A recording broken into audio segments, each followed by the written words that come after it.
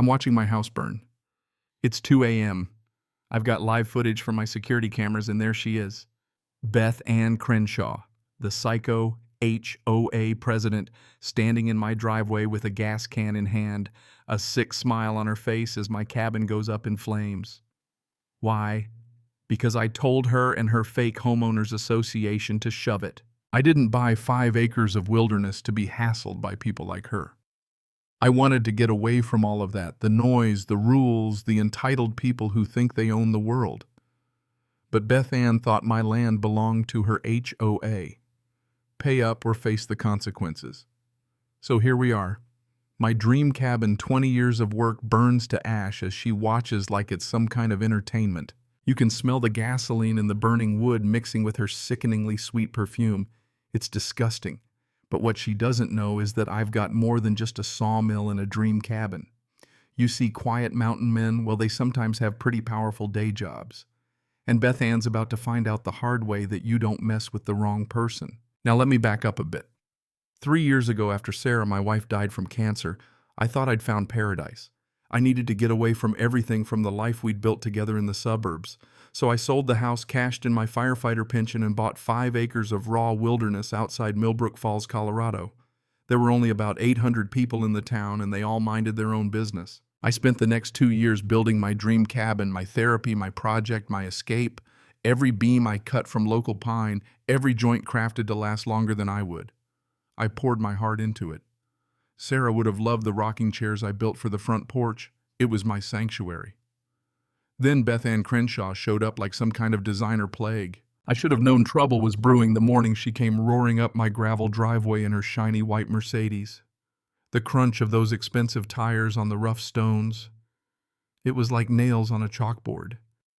Then out steps this blonde tornado in stiletto heels, clutching a clipboard like it was some kind of weapon. She introduced herself like she was a queen.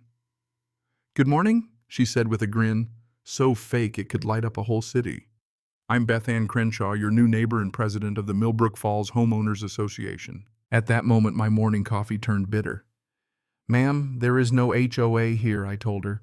"That's exactly why I bought this piece of land, to get away from all that." Her smile didn't fade, but I could see the cold calculation behind those designer sunglasses. "Oh, but there is now," she said, pulling out an official-looking map with my land circled in bright red. "We formed 6 months ago to protect property values." Here's a fun fact about HO. As they can't just expand their boundaries without unanimous consent from property owners. Guess she missed that memo. But she kept going, taking notes, circling my place as though it was a target. I didn't know whether to laugh or be angry when she handed me a bill. Annual dues $2,400 plus $8,000 in immediate compliance fees. I actually burst out laughing. I couldn't help it. "Lady, you can take your pretend HOA and shove it where the mountain sun don't shine." That's when the mask cracked. "People like you are exactly why property values suffer," she snapped. "We can't have every antisocial hermit dragging down neighborhood aesthetics." "Get off my land," I told her. "You've got 30 days to comply or face legal consequences." As she clicked away toward her SUV, she turned, paused, and shot me a look like some kind of movie villain. "I have friends in code enforcement and the sheriff's department.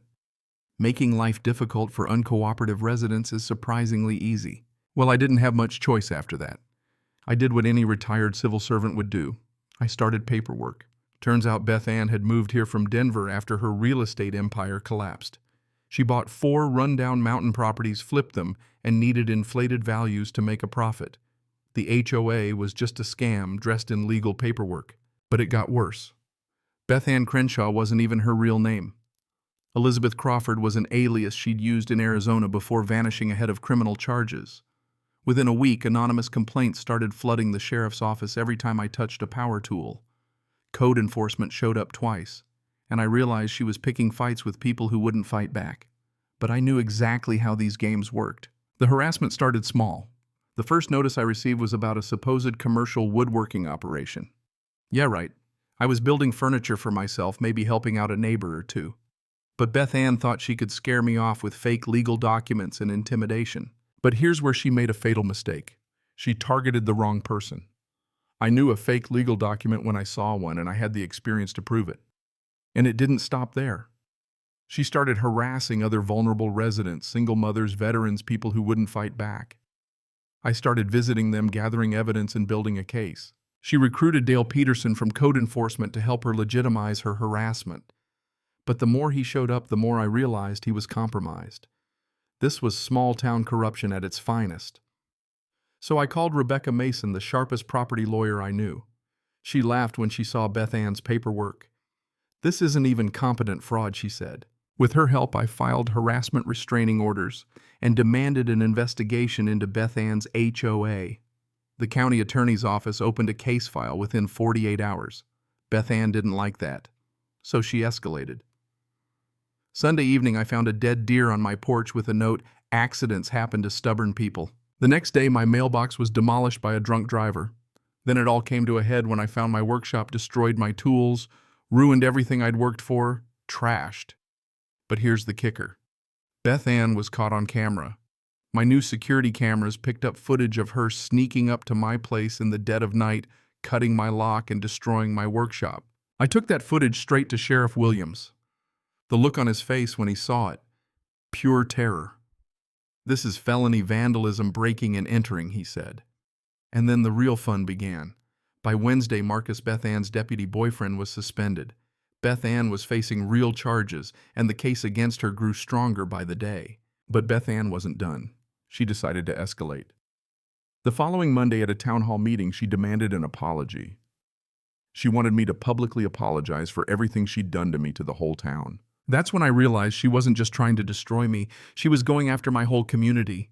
She'd planned to set the school on fire. I called in the feds, and they weren't messing around. They set up surveillance, and we started getting intel on her every move. The time for quiet defense was over. We were about to catch her red-handed. When the town hall came, I walked in ready to give her exactly what she deserved, and when I did, I revealed the federal wire. "You're under arrest for serial arson, attempted murder, and conspiracy to commit mass casualty terrorism," I announced. The look on her face, priceless. Her whole world came crashing down, and it was just the beginning.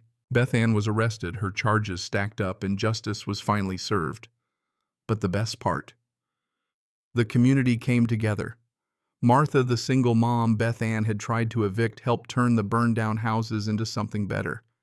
A safe house for victims of domestic violence. Beth Ann thought she could break us. Instead, she made us stronger. And you know what gets me about this whole thing? It's not just the fact that she was stealing from people or the fact that she burned down houses over HOA fees. It's that moment when she realized she'd been playing chess with a grandmaster the whole time. Because when you spend 30 years as a federal judge, you don't just retire and forget how the game works. You carry that knowledge with you like a loaded weapon, hoping you never need it. But when someone threatens your community, that's when the weapon comes out. So I'll ask you, how many of you have had to deal with HOA board members who think they're running their own little kingdom? Because the smaller the authority, the more dangerous the person wielding it. What do you think? Let me know your thoughts.